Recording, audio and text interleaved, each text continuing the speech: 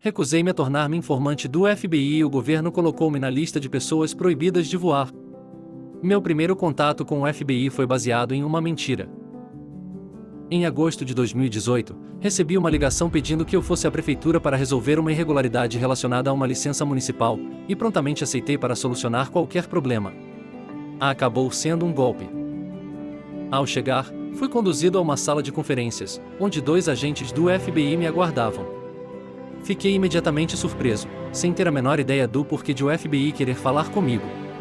Sou marido e pai de 2 crianças pequenas, e sempre me dediquei a construir uma vida boa com minha família, tanto como empresário quanto como engenheiro na indústria automobilística de Michigan. Embora os agentes do FBI me dissessem que eu poderia ir embora quando quisesse, quando a porta se fechou e eles começaram a me interrogar, a sensação foi bem diferente. Disseram que queriam minha ajuda para encontrar pessoas na minha comunidade que pudessem querer prejudicar o país. Achavam que eu seria útil ao FBI por causa das minhas habilidades linguísticas, além do inglês, falo árabe, da minha ascendência libanesa e da minha formação em engenharia. Senti-me desconfortável porque me tornar informante na minha comunidade violaria meus princípios éticos. Mesmo assim, mantive a calma, disse aos agentes que minha principal obrigação era com a minha família e que eu não queria trabalhar para o FBI. Mas a pressão continuou. Os agentes do FBI me perguntaram sobre minhas crenças políticas e religiosas, minhas associações e os anos que passei morando no Líbano como estudante. Respondi a todas as perguntas com sinceridade. Nasci em Chicago e completei o ensino médio e 3 anos de faculdade no Líbano antes de retornar para Michigan para terminar meus estudos. Insisti repetidamente que não queria trabalhar para o FBI, mas eles continuaram aumentando a pressão. Fiquei chocado quando os agentes do FBI me acusaram de ligação com um grupo terrorista. Neguei veementemente as falsas acusações, mas pareceu não fazer diferença.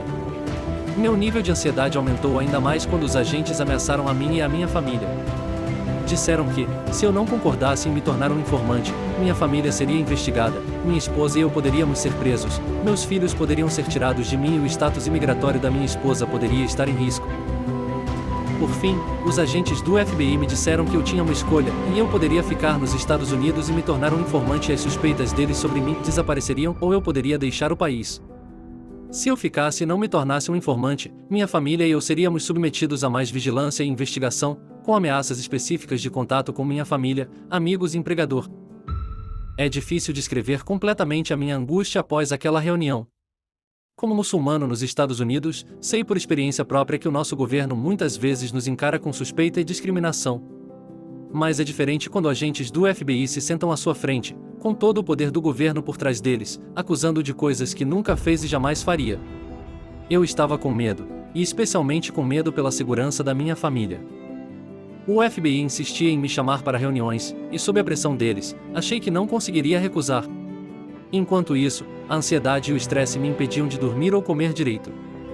Durante 2 meses, as reuniões, as ameaças e o assédio continuaram até que me vi obrigado a mandar minha família para longe para protegê-los. Comprei passagens para minha esposa e filhos para o Líbano, onde temos parentes. Juntei-me a eles algumas semanas depois, após meu empregador concordar que eu poderia trabalhar temporariamente em meio período do exterior. Esperava que essa pausa fizesse o FBI me deixar em paz. Cerca de 1 mês depois, tentei voltar para casa. Foi aí que as consequências da minha recusa em trabalhar como informante para o FBI me atingiram. Quando cheguei ao aeroporto, o agente da companhia aérea disse que eu não podia embarcar no meu voo e que precisava entrar em contato com o governo americano. Eu sabia que o governo tinha uma lista de proibição de voo, que impede pessoas de voar, e temia estar nela. Imediatamente busquei respostas. 1 mês depois, recebi a confirmação oficial e eu estava na lista de proibição de voo. Nos 2 anos que se seguiram, tentei sair da lista de proibição de voo usando o procedimento de recurso oferecido pelo governo. Mas o governo sequer me dá o motivo de ter me incluído na lista de proibição de voo, qualquer prova que considere justificar uma proibição de voar por tempo indeterminado, ou uma audiência para limpar meu nome. Isso está errado e viola meus direitos como cidadão americano ao devido processo legal. Descobri que esse purgatório não é incomum. Fiquei chocado ao saber que cidadãos e residentes dos Estados Unidos na lista de proibição de voo podem passar anos buscando respostas e informações, sem sequer saber por que o governo os incluiu na lista em primeiro lugar. Para mim e minha família, toda essa aprovação tem sido devastadora. Exerci meu direito de não trabalhar como informante do FBI na minha comunidade e o governo me puniu.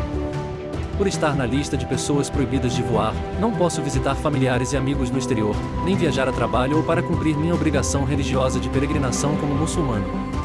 Minha esposa e eu tememos que seu pedido de naturalização esteja em risco.